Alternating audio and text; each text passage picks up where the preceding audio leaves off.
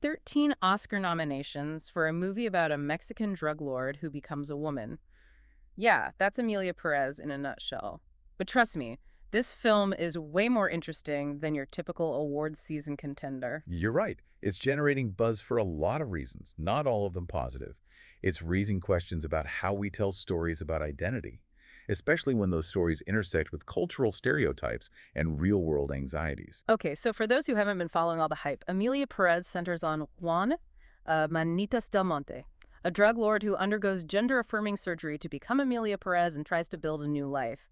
But get this, it's also a musical. We're talking full-on song and dance numbers, which is not what you'd expect from a gritty crime thriller. It's a fascinating blend of genres, and that's one of the things that's drawing audiences in. But it's also a source of controversy. Some critics argue that framing such serious themes within a musical format trivializes them, while others praise the film's boldness and originality. And we've got a stack of sources here, reviews, interviews, think pieces that really dig into all of this. So we're going to unpack how this film came to be, why it's resonating with some and alienating others, and what it all says about the power and responsibility of storytelling in today's world. A good place to start might be the film's rather unusual origin story. It's actually inspired by a minor character in a French novel. You're kidding, a French novel about a Mexican drug lord. Not exactly. The novel, called Écoute by Boris Razon, features a small-time criminal who dreams of escaping their life through gender transformation. Director Jacques Audiard saw something powerful in that idea and, with the author's permission, built a whole new narrative around it. So Emilia Pérez started as a tiny seed in a French novel and blossomed into this huge Oscar-nominated production. It makes you wonder how many great stories are hiding in plain sight, just waiting to be discovered. Absolutely. And what's even more intriguing is that Audiard initially envisioned Emilia Pérez as a four-act opera. He even wrote some of the early drafts in that format. Now that you mention it, the operatic element makes a lot of sense. Opera is known for its heightened emotions, dramatic storytelling, Of course. the music. Exactly. And when you think about it, the themes of Emilia Pérez, transformation, redemption, the struggle for identity, Yeah. lend themselves perfectly to that kind of operatic treatment. So we've got French literature, opera, and a Mexican drug lord turned woman who sings and dances her way through a crime thriller. It's quite the mix. But before we get into the nitty-gritty of the controversy, can you give us a quick rundown of the actual plot? Of course. So, after the surgery, Emilia flees Mexico and ends up in Los Angeles, where she's trying to build a new life while keeping her past a secret. But it's not just about escaping the cartel. It's also about reconnecting with her estranged wife and children, who are living in Switzerland, completely unaware of her transformation. Wow. So there's a whole family drama woven into this crime thriller. And on top of that, she's navigating a new identity and probably facing a lot of prejudice and misunderstanding. Exactly. Yeah. And as if that wasn't enough, the cartel isn't just going to let her disappear. They want to know what happened to Benitez, and they're not afraid to use force to find out. So there's this constant sense of danger, of Emilia's past closing in on her, even as she's trying to build a future. Okay. Let's talk about the woman who brings this complex character to life, Karla Sofía Gascón. Not only does she play Emilia, but she also plays Benitez before the transformation, which is pretty incredible. It is. And she fought for the opportunity to play both roles. Yeah. Gascón, who is a transgender woman herself, believed that she could bring a unique understanding to both sides of this character's journey. And judging by the critical acclaim she's received, it seems like she pulled it off. Speaking of acclaim, we can't ignore the elephant in the room, or should I say, the golden statues on the shelf. Emilia Pérez has racked up a record-breaking 13 Oscar nominations, including one for Gascón for Best Actress. It's also been sweeping awards at other prestigious events like Cannes and the Golden Globes. In fact, no musical or comedy has ever received more Golden Globe nominations. It's definitely a historic moment. This level of recognition for a film with such bold themes and a transgender actress in the lead role is unprecedented. But of course, with this level of success comes a lot of scrutiny.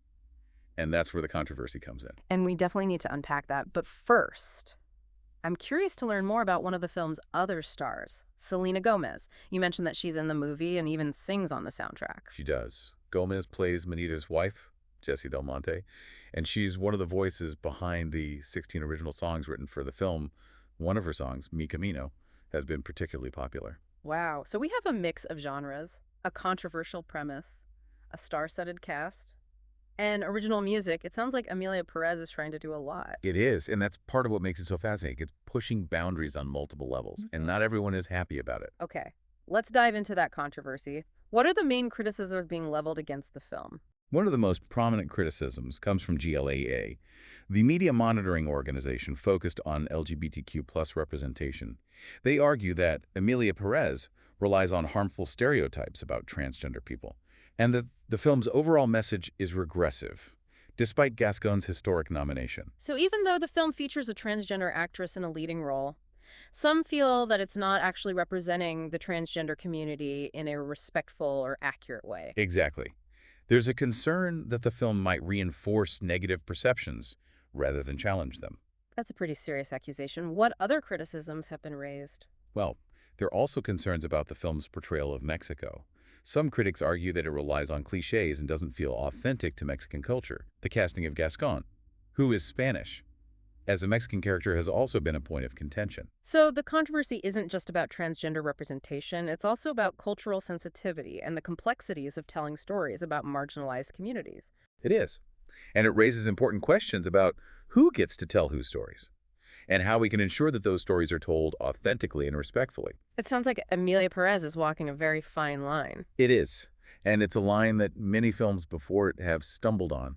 This is where it gets really interesting, because even with all this controversy, Emilia Pérez is still a box office success. It's grossed close to $10 million worldwide, which is pretty impressive considering its production budget of around $26 million. That's right.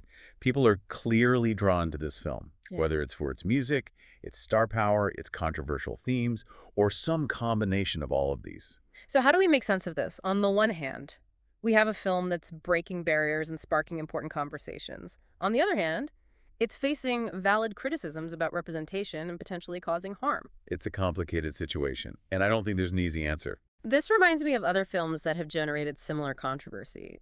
Movies that tackled sensitive subjects and were praised by some for their boldness and condemned by others for their insensitivity. It seems like Emilia Pérez has tapped into something that goes beyond the film itself. I think you're right. This film is a reflection of the cultural moment we're living in, a moment where issues of representation, identity, and social responsibility are at the forefront of public discourse. It's happening at a time when Hollywood is facing increasing pressure to be more inclusive and to tell more diverse stories. Exactly. And while Emilia Pérez might not be the perfect example of how to do that, it's certainly part of the conversation, for better or for worse. So what does the director, Jacques Audiard, have to say about all of this? How does he respond to the criticisms being leveled against his film? Well, in interviews, Audiard has defended his artistic choices, emphasizing that he never intended to create a realistic portrayal of transgender experience or Mexican culture. He describes the film as more operatic than realistic. Okay, so he's basically saying that we shouldn't take the film literally, that it's more about exploring larger themes and emotions through a heightened, stylized lens. That seems to be his argument. He's suggesting that the film operates on a different level of reality, one where symbolism and metaphor take precedence over strict realism. But does that excuse the film from its responsibility to represent marginalized communities accurately and respectfully? Is artistic freedom a valid defense against accusations of harm? That's a tough question. And it's one that we'll continue to grapple with as we dive deeper into the different perspectives surrounding Emilia Pérez. I'm definitely intrigued to hear more about those perspectives. But before we move on, I'd love to get your take on something. We've talked about the controversy surrounding the film's portrayal of transgender identity and Mexican culture, but what about Gascon's Oscar nomination? How does that factor into the conversation? She is, after all, the first openly transgender person to be nominated for Best Actress. That's a great point. Gascon's nomination is undoubtedly a historic moment. It's a sign of progress, of increasing visibility for transgender performers in Hollywood. But it also complicates the conversation around the film. Some argue that her nomination shouldn't be seen as a validation of the film's overall message, while others believe it's a step in the right direction, regardless of the controversy. So we have this tension between celebrating a historic achievement and acknowledging the valid concerns about representation and potential harm. Exactly. And I think that tension is what makes Emilia Pérez such a fascinating and important film to discuss. It forces us to confront uncomfortable truths about the entertainment industry and the power of storytelling.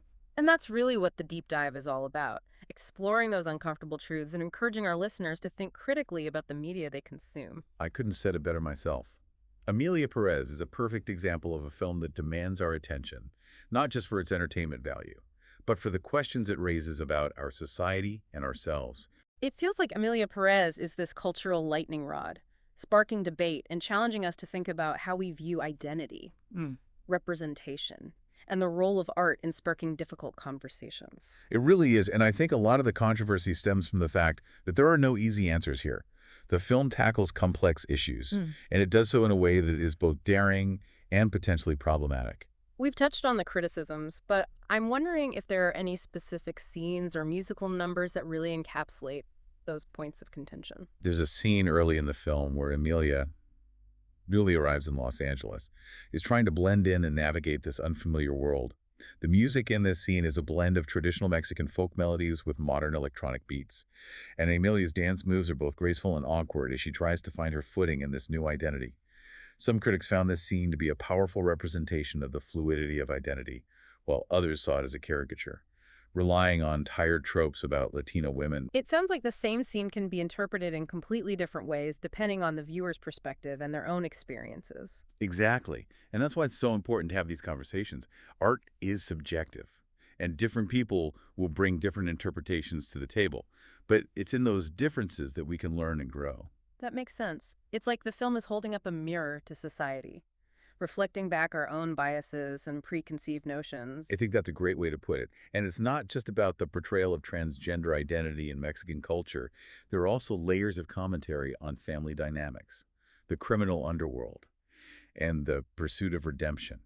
I'd love to dig into that a bit more. How does Emilia Perez explore those themes? Well, one of the most compelling aspects of the film is Emilia's relationship with her estranged wife, Yeah. Jessie.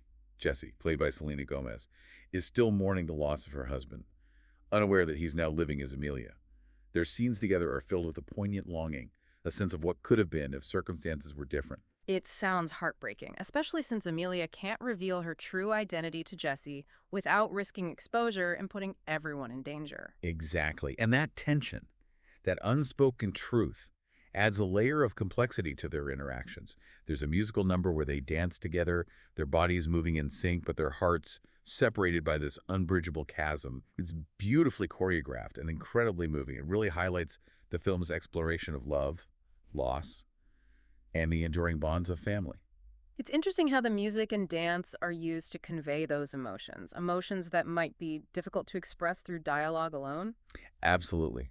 And that's one of the strengths of the musical format. It allows for a different kind of storytelling, one that is more visceral, more evocative, more symbolic. Okay, so we've talked about the family drama, the love story, and the crime thriller elements. But what about redemption? How does Emilia Perez explore that theme? Well, Emilia's journey is, in many ways, a quest for redemption. She's seeking forgiveness for her past actions as Manitas, and she's trying to make amends for the harm she's caused. But is it possible to truly redeem yourself from a life of crime, especially when that life has had such far-reaching consequences? That's the question the film grapples with. There's a powerful scene where Emilia confronts one of her former associates, a man who's still involved in the cartel. She begs him to leave that life behind, to find a different path, but he scoffs at her, reminding her of the blood on her hands, the lives she's destroyed. It sounds like a stark reminder that the past is never truly behind you, and that the choices you make have lasting repercussions. Exactly. And it's in those moments of confrontation, those moments of reckoning with the past, that the film's exploration of redemption becomes most profound. It sounds like Emilia Perez is a film that operates on multiple levels. It's entertaining, it's thought-provoking, it's emotionally resonant. It is. Yeah. And even if you disagree with its approach or find some of its choices problematic, you can't deny its ambition and its power to start conversation. That brings me back to something you mentioned earlier, the director's defense of the film as being more operatic than realistic. I'm wondering if that's a cop-out, a way to avoid addressing the legitimate concerns about representation, or is there something more to it? It's an interesting question, and I think it depends on how you interpret the term operatic. If you see it as a license to indulge in stereotypes and exaggerated portrayals, then yes, it could be seen as a cop-out. But if you view it as a way to explore complex themes through heightened emotions, symbolism, and a more stylized approach to reality, then I think it has merit. So it's less about literal accuracy and more about emotional truth. Exactly. Opera often deals with larger-than-life characters and situations, using music and drama to convey deep emotions and explore universal themes. And in that sense, Emilia Pérez, with its blend of crime thriller, musical, and family drama, could be seen as a modern-day opera, using its heightened style to explore the complexities of identity, transformation, and redemption. I think that's a valid interpretation, Mm. and it's certainly one that the director seems to be advocating for. But even if we accept that interpretation, it doesn't erase the concerns about representation. The film still has a responsibility to portray marginalized communities with sensitivity and respect, even if it's doing so through a stylized And I lens. completely agree. Artistic freedom doesn't give filmmakers a free pass to perpetuate harmful stereotypes or to exploit marginalized communities for entertainment value. So it seems like we're back to that delicate balance between artistic expression and social responsibility. We are. And it's a balance that Emilia Pérez navigates imperfectly. But perhaps that's part of what makes it so compelling. It's a film that forces us to confront those difficult questions, to grapple with the complexities of representation, and to consider the power and limitations of art in addressing social issues. And while there may not be easy answers, the fact that the film is sparking these conversations is a positive thing. It's forcing us to think critically about the media we consume and to engage in meaningful dialogue about the world around us. Absolutely, and that's why I think it's so important to look beyond the surface, to delve into the nuances and contradictions, and to consider the multiple perspectives surrounding a film like Emilia Pérez. So much to think about with this one. It's like Emilia Pérez is this multi-layered puzzle, Yeah. and we're trying to figure out how all the pieces fit together. It is, and that's what makes it so fascinating. Yeah. It's not a film that offers easy answers or neat resolutions. It leaves you with questions, with a sense of unease, perhaps even a little bit of discomfort. No. That's not necessarily a bad thing. No, I think that discomfort can be productive. It can force us to confront our own biases, to re-examine our assumptions, to engage with perspectives that might challenge our worldview. Exactly. And that's what good art often does. It pushes us outside of our comfort zones. It provokes us. It makes us think critically about the world around us. Okay. Let's shift gears a bit and talk about the impact of Emilia Pérez. It's obviously sparked a lot of conversation and debate. But do you think it will have a lasting impact on the film industry? Will it influence how future films approach sensitive topics like transgender identity and cultural representation? It's hard to say for sure, but I think it has the potential to be a turning point, regardless of whether you agree with the film's approach. You can't deny that it's pushing boundaries and forcing a reckoning within the industry. I'm curious about what that reckoning might look like. Do you think we'll see more films with transgender characters in leading roles? Will there be a greater emphasis on authenticity and sensitivity in the portrayal of marginalized communities? I certainly hope so. Emilia Pérez, Yeah. for all its flaws, has demonstrated that there is an audience for these stories, that audiences are hungry for complex, nuanced representations of diverse experiences. And hopefully, it will inspire more filmmakers to tell those stories with authenticity and respect, collaborating with members of the communities they're portraying to ensure accuracy and avoid perpetuating harmful stereotypes. Absolutely. And it's not just about representation behind the camera. It's also about who gets to tell these stories, who gets to be in control of the narrative. Right, because for so long, Hollywood has been dominated by a very narrow range of voices and perspectives. Exactly. And that's starting to change, slowly but surely. We're seeing more films directed by women, by people of color, by members of the LGBTQ+ community. And that diversity of voices is essential if we want to see more authentic and nuanced representations of the world around us. Emilia Pérez is a reminder that the conversation about representation is ongoing and that there's still a lot of work to be done. But it's also a testament to the power of art to spark dialogue, to challenge norms, and to push us toward a more inclusive and understanding society. I couldn't have said it better myself. It's a flawed film, no doubt, but it's also a bold and ambitious one. And ultimately, it's up to each individual viewer to decide what they take away from it. Well, I think we've given our listeners a lot to think about. We've explored the origins of Emilia Pérez, delved into its plot and musical numbers, analyzed the critical acclaim and the controversy, and discussed the film's potential impact on the future of filmmaking. It's been a fascinating journey, and I hope our listeners have found it as thought-provoking as we have. If you're intrigued by what you've heard today, I encourage you to seek out Emilia Pérez and experience it for yourself. Form your own opinions. Engage in conversations about the film with friends and family, and continue to challenge your own assumptions about the world. And remember, art is subjective.